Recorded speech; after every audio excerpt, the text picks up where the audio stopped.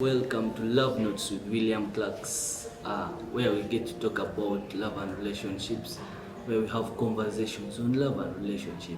And of course, today we are going to be talking about a toxic kind of relationship and a healthy kind of relationship. And of course, today I'm having one person who we have really hosted here, and is our guest is none other than James Strong, and of course also my co-host, none other than Nina, who's going to be joining us into this conversation and taking us through this whole thing of a healthy kind of relationship and a toxic kind of relationship. So we are going to know, like, what is this thing, and of course I'm here with James Strong.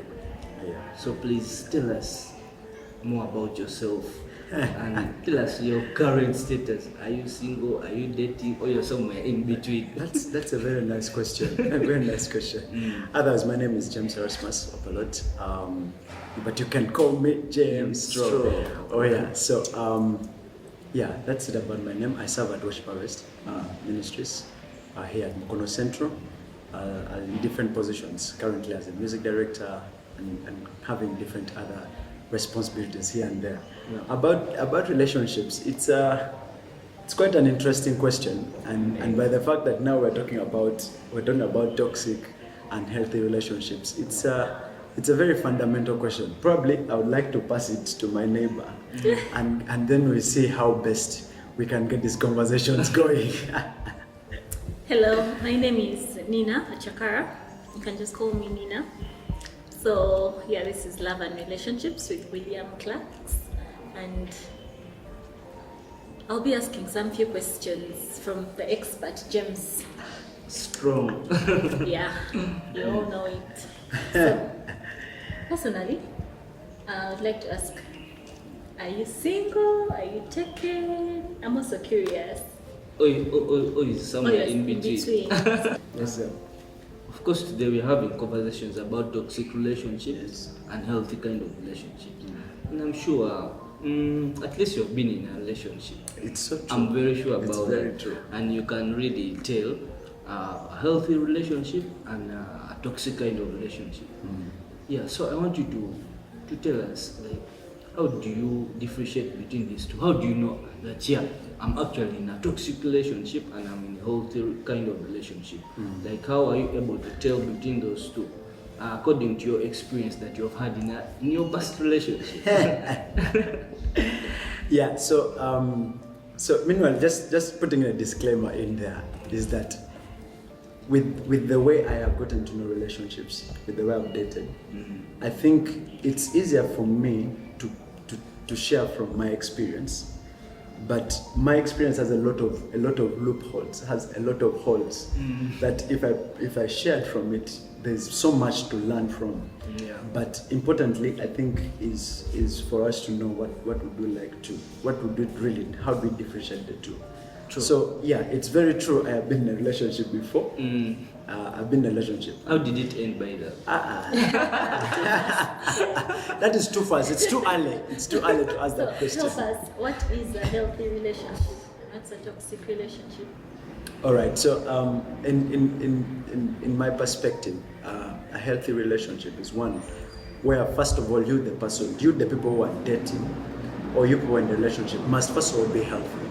Because for me, I think the problem we begin to have is when we ourselves who are in a relationship are first of all not healthy. So when I talk about not healthy, you don't know yourself, you don't respect yourself, because it all begins with you. If for instance I don't love myself, I can't love another person. It's very hard. So if I am toxic, there are very high chances that the relationships I'll have are going to be toxic. Mercy. But you believe I may not love the way I am because of my insecurities, and I meet this person and they make me feel secure in my own body and the way I am. Then I start to love myself and see myself in a bigger picture. Yes, I truly believe that. I truly do believe that. I believe that there are people that you meet and they will change your life. Okay. There are people that you meet and the love that they have, like, to just paint a whole different picture. I want to give an example. There's a person I dated, and from the dating experience, I got to realize so many things about myself that I didn't know. So I do you began to think love myself and appreciate myself more. So there's that so that perspective. was healthy? That was very healthy. Yeah. Very healthy. Okay. Yes. So it was healthy in a way that you're able to start also loving yourself. Yes. Because that was something that you really didn't have within you. Not at all. Most men don't actually love themselves. How do women you see, say? the real truth is most of the men don't love themselves. Why do you think so? Why? Because for us, we are thinking always about purpose, vision. We want to achieve something. Many goals. We have so many things in our heads. And one of the things you want to achieve is the beloved. Yeah. So you focus on them and forget And you loving forget yourself. So you can find a man can starve and walk a distance of like 5 kilometers just to go and see a girlfriend. Yeah. And this is so Those true. things make us happy. Do you really love yourself when you walk 5 kilometers? It's not a normal thing to As do. in, Yeah, like what do you mean? what do you want? Exactly. So most men really, in my perspective, don't love themselves. I think it's from a place of have you got the right person? Do you give the same energy and all that? Because for me, I believe that first of all, a relationship, you must have the same energy That's true. in a way. Because our sisters here can tell.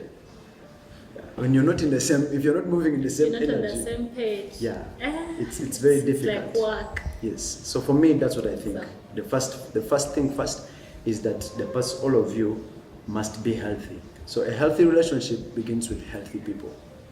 Healthy people. So for me, that's the fundamental. The second thing, I think, in the definition of a healthy and toxic relationship is that a healthy relationship, first of all, must have people that both people are accountable to. Yeah. Before you read, back in the days, we used to have, back ancient times, Yeah. before the 1962 or 1952 sex revolution, we had in marriage in a way that it used to happen that parents would identify a daughter for you. Yeah. And that was simple, so simple, because you had another parent to talk to. In our days, we don't have those things. We're just jumping from this relationship to the other one, and no one knows about anything. And maybe also just to add, I think that part of accountability, it is really so important. Yes. Because I also believe, like, for you to have a healthy kind of relationship, the accountability part is really important. Where you're having people you're accountable to. Yes.